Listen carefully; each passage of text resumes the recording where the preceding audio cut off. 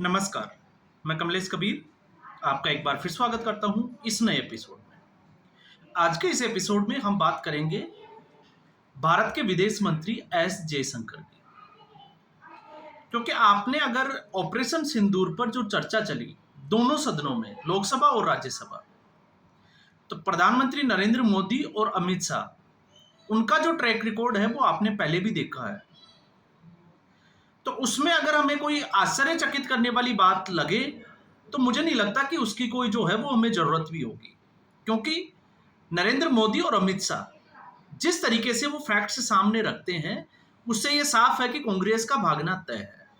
लेकिन इस बार जिस व्यक्ति ने चौंकाया, और मुझे लगता है कि इस पूरी बहस में अगर किसी ने सबसे अच्छा कोई भाषण दिया तो उसमें पूरे में से पूरे मार्क्स जो है वो एस जयशंकर को जाना चाहिए।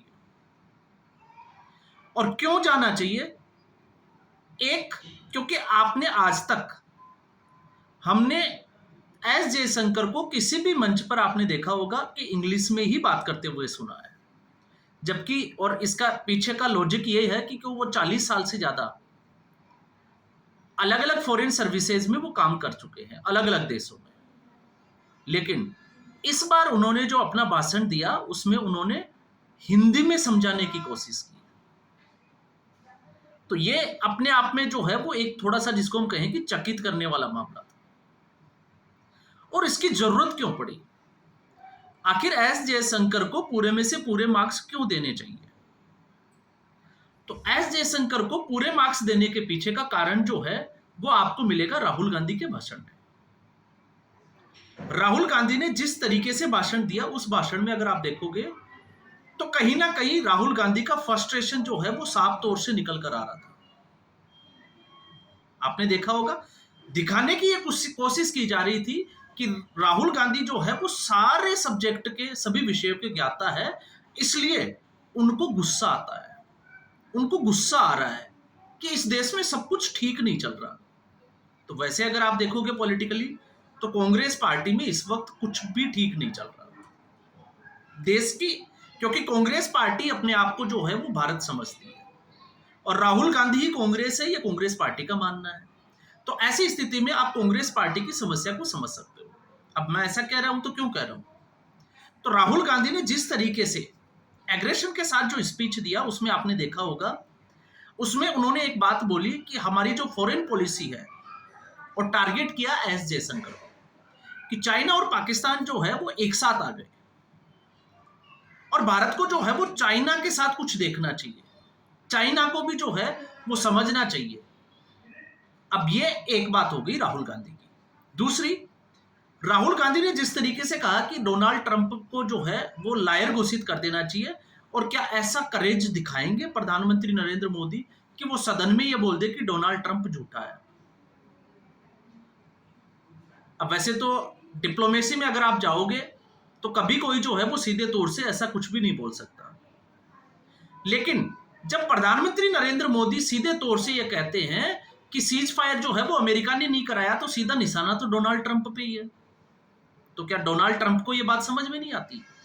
और जब डोनाल्ड ट्रंप की बात की जाती है तो जब से उन्होंने बोला कि इंदिरा गांधी का अगर 50% भी करेज है, अब ये बड़ा इंपॉर्टेंट हो जाता है।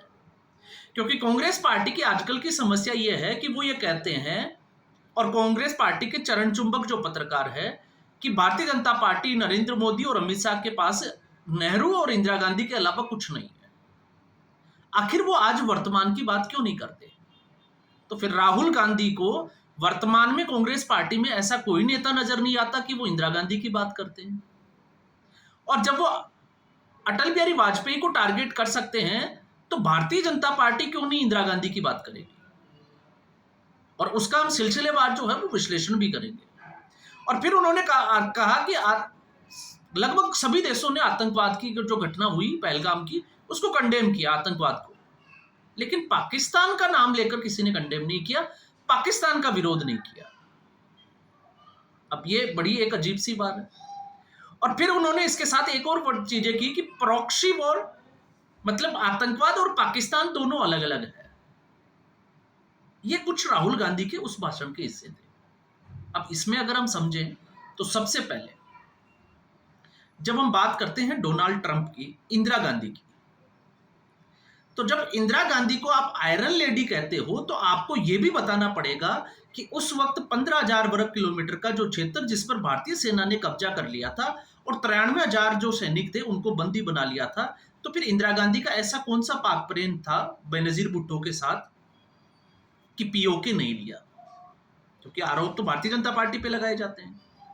और ऑपरेशन सिंदूर का मकसद पीओके के लिए लड़ना भी नहीं था, उसका जो मकसद था वो था आतंकवादियों के ठिकानों को ध्वस्त करना। और जब डोनाल्ड ट्रंप की बात की जाती है तो डोनाल्ड ट्रंप ने यह तो नहीं कहा ना कि नरेंद्र मोदी झूठ बोल रहे हैं। डोनाल्ड ट्रंप ने भी ऐसा कुछ नहीं कहा, वो सिर्फ यही कह रहा है कि मैं सीज फायर करवाया।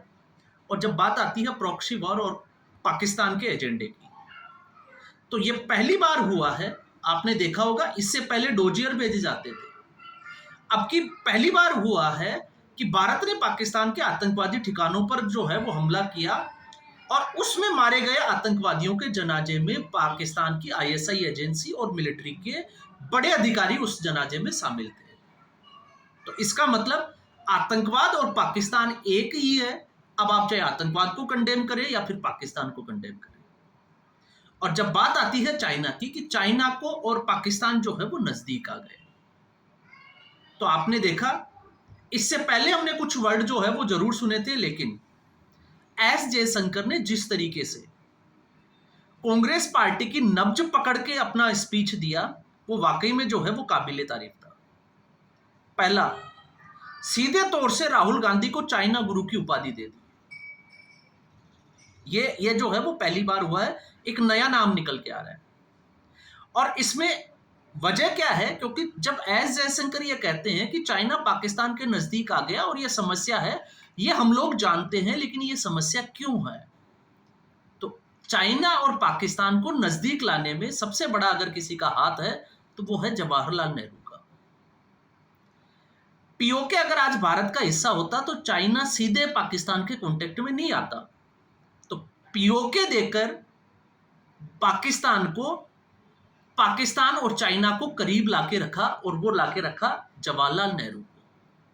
तो जब समस्या की बात की जाएगी, जब आप चाइना और पाकिस्तान की बात करोगे, तो फिर आपको, या हम कहें कि जवाहरलाल नेहरू को कोसेंगे ही कोसेंगे, उसको कोई टाल नहीं सकता। और फिर उन्होंने सिलसिलेवार जो बातें बताई, चाहे वो 1962 की बात की हो पीओके की, इसके अलावा 1967 में, क्योंकि 1967 में काराकोरम हाईवे की प्लानिंग की गई चाइना और पाकिस्तान की तरफ से, और 1988 में कंप्लीट किया गया।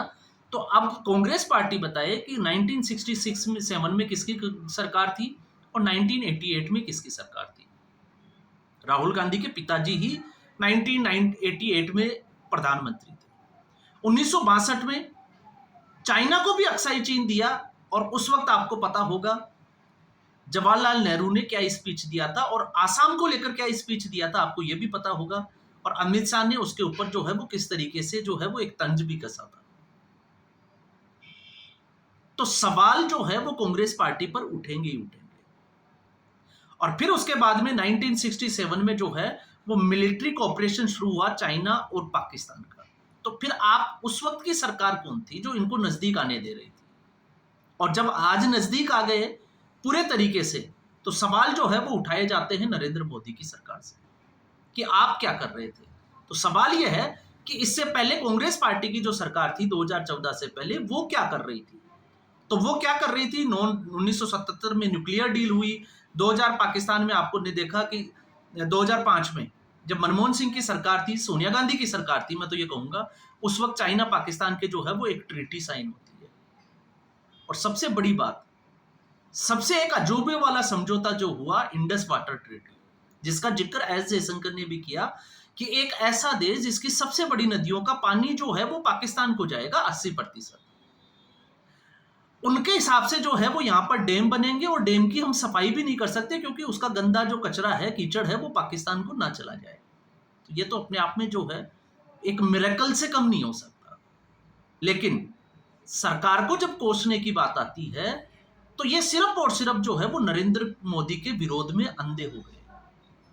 सुनने वाले कांग्रेसियों को जो है वो ये बात थोड़ी अजीब जरूर लगती है, लेकिन इतिहास यही कहता है कि जब जब पीओके की बात होगी और जब जब चाइना के साथ इस तरीके की डिप्लोमेसी की कूटनीति की बात होगी, तब तब जो है वो कटघरे में जवाहरलाल नेहरू को खड़ा होना पड़ेगा।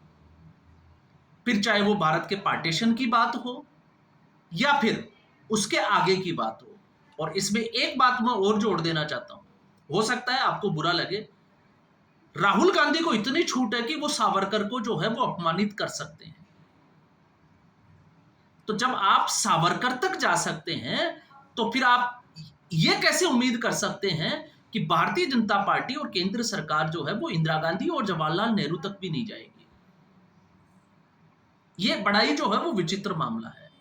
और फिर देश के जो बड़े बड़े बुद्धिजीवी है, पत्रकार जो अपने आप को ये मानते हैं कि उनसे ज्यादा ज्ञान किसी को ही नहीं है। आपने सुना होगा आशुतोष का खुद का अगर आप देखोगे 2017 का एक ट्वीट, जब आम आदमी पार्टी के एक मंत्री का जो है वो सेक्स वीडियो जो स्कैंडल सामने आया था, और उसके बाद में उन्होंने महात्मा गांधी का नाम जो है वो सरला चौधरी के साथ जोड़ दिया। और जवाहरलाल नेहरू का नाम तो उन्होंने बहुत सारी औरतों के साथ जोड़ा, और उसमें जोड़ा तो जोड़ा, लेकिन इतिहास ये भी कहता है कि पामेला हिक्स जो लेडी एडविना माउंटबेटन जो थी, उनकी जो बेटी थी, उनकी किताब उठाकर देखी। तो जब आप सावरकर को कोसते हो तो फिर आप जवाहरलाल नेहरू को कैसे बचा सकते हो? और जब आप चाइना को लेकर अगर डोकलाम की बात करते हो तो फिर आप अक्साई चीन के उस हिस्से की बात क्यों नहीं करोगे? क्योंकि उस हिस्से की बात निकलेगी तो वो तो दूर तक जाएगी, क्योंकि जड़ क्या है? पीओके और अक्साई चीन। और आज इसी समस्या से जो है वो भारत जूझ रहा है। तो समस्या देने वाला कौन था? कांग्रेस पार्टी। और सवाल पूछने वाली पार्टी भी कौन सी है? कांग्रेस पार्टी। लेकिन सबसे बड़ी बात यह है कि देश को मिला क्या?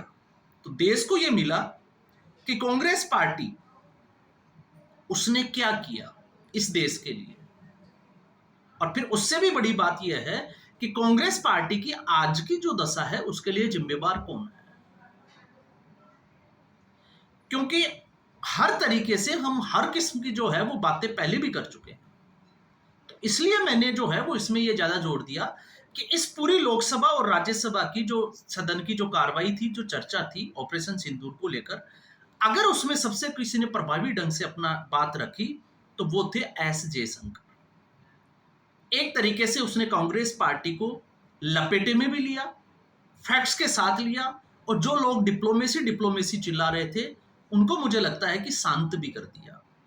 तो अब तक हम सोच रहे थे कि अमित शाह, प्रधानमंत्री नरेंद्र मोदी, सुधांशु त्रिवेदी जी या फिर और कोई अगर हम नाम ढूंढे, तो अब इस लिस्ट में जो है वो एक नाम और जुड़ गया, और वो नाम है एस जयशंकर। कि जब ऐसी स्थिति बनती है तो एस जयशंकर जो है वो इन सबसे आगे खड़े दिखाई देते हैं। तो आज के एपिसोड में बस इतना ही, और उम्मीद करूंगा, आपसे भी मैं गुजारिश भी करूंगा कि एस जयशंकर के जो भाषण था, स्पेशली राज्यसभा का जो भाषण था, वो हमें जरूर सुनना चाहिए। तो फिलहाल इस एपिसोड में इतना ही। अगर आपको एपिसोड अच्छा लगा तो वीडियो को लाइक करें, शेयर करें और चैनल जरूर सब्सक्राइब करें। धन्यवाद।